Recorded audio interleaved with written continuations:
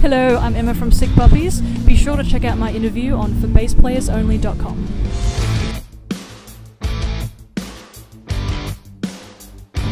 Hi everyone, I'm John Liebman. You're watching forbassplayersonly.com, and today I am here with Emma Anzai. Hi Emma. Hi, how's it going? It's great. How are you? I'm doing well, thanks. It's fun to be here in the world headquarters of Warwick in Markneukirchen, Germany.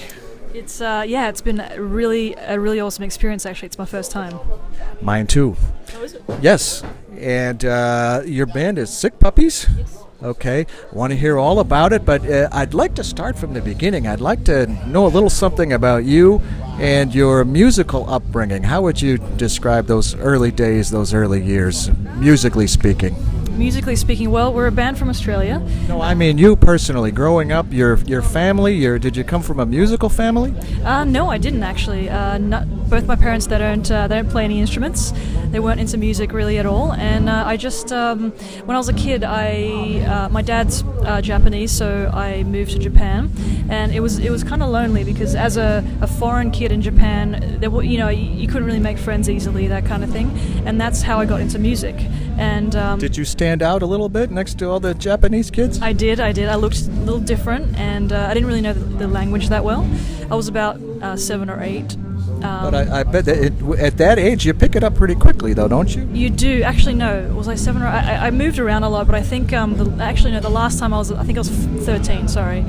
So yeah, the awkward age of 13, 14, 15, 16, and awkward enough as it is, but to throw that on top of it must have made it even more difficult. Exactly, yeah. And so I was introverted, and that's how I got into music, because that was the one thing that I found solace in. So, I'm sorry to keep jumping in, but I saw some videos of you performing, and you don't look like an introverted person when you perform on stage. I don't know. But go ahead. I don't know why that is. A lot of people have said that to me, actually, and I think it's just music is one of those things that you can use as an outlet, and I definitely do that even to this day. And I don't know, it's just I like to get the aggression out, because you can't really do that in everyday life, so you need some sort of an outlet.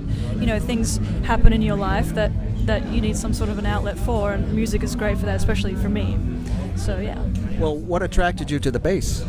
At first, actually, I was playing guitar, and I moved back over to Australia, and I met the lead singer of Sick Puppies, and we started a band in high school, and he played guitar, so I thought, well, all I wanted to do was be in a band, so I thought I'll just move over to bass. That's fine, because I just wanted to be in the band. So it was kind of serendipitous, because I started playing bass, and I ended up loving it, and so yeah, so it was kind of meant to be. Who were your influences when you first discovered the bass? Actually, Victor Wooten, who is here at the bass camp, was one of my biggest influences, as well as Flea from Chili Peppers. But I saw the Wootens just earlier, and that was the first time I've seen him actually play live, so I was blown away. It was awesome. Well, how did your career get rolling? You said the band formed in high school, and then it just kind of took off, so you got a pretty early start in a professional musical career, didn't you? We did. We formed in high school, and usually kids went to college afterwards, and it was sort of towards the end. I did like a year of college, but then it was around that time that the band started to sort of do things, and we signed a record deal in Australia, put out an album, toured, and it was at that point in time I thought, well, it's either one or the other. I can't spend, you know what I mean, it's like, it has to be full-time devotion, so I chose music. And from then on we decided to move to the States, and it took a couple of years. California, right? California, yeah. And we moved to the States and got a independent record deal with a guy called Paul Palmer, and he sort of took us under his wing, and we did records, and then eventually got uplifted to a major label, and that's kind of the slow progression. But yeah, it's unfortunate that music has to be categorized and labeled and slotted when music is music. But having said that, how would you describe Sick Puppies? What kind of music is it? I would say it's just a rock band. It's a 3-piece rock band, and we were fans of bands like Green Day, an Australian band called Silverchair back in the day. I remember them. Yeah, and they're all 3 pieces, and we always wanted to be that kind of a band. And so yeah, I would just say it's a three-piece rock band. How about Rush? Did they influence you at all? Actually, no. Rush wasn't big in Australia, but as soon as I came to the States, everyone was talking they were like, oh, you should listen to Rush. You should listen to Rush, and I was like, oh, okay. And I see now why. Geddy Lee, awesome. Tell me about, I've interviewed Carol Kay and Rhonda Smith and Divinity Rocks and several notable female bass players, and I'm curious if it's something that you think about playing an instrument that's traditionally been dominated by men. Is that something that is difficult, or something that you don't even pay attention to, or do you have any thoughts or feelings on that?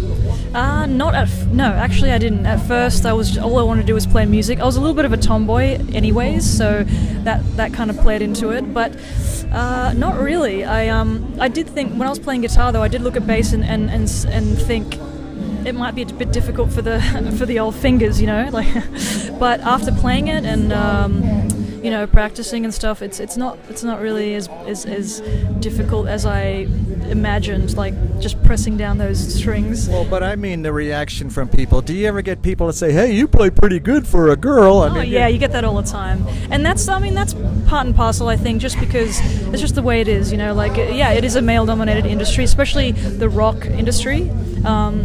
Which is fine, and actually now there's a lot more females involved, singers, bass players, guitar players, drummers, and it's really good to see, but I think that stigma of oh, you play good for a girl, it's less and less now, I would say.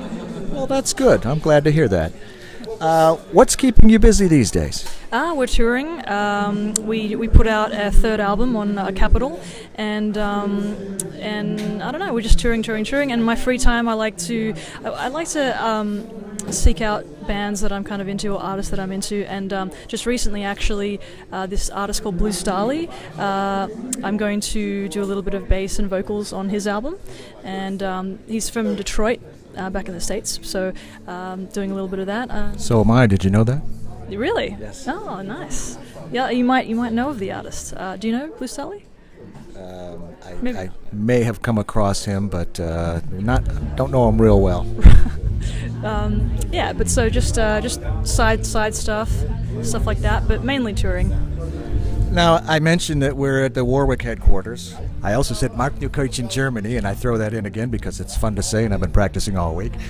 But tell me about your equipment. I understand you have you play a Warwick bass, right? I do play a Warwick bass. It's a Streamer Stage 1. Okay. And Warwick are fantastic. They've endorsed me for many years. And just recently, actually, they gave me a signature bass, which I'm really stoked about. It hasn't come out yet. They've given me one, and they're making another a backup one. And soon though, I think they'll be able to sell it.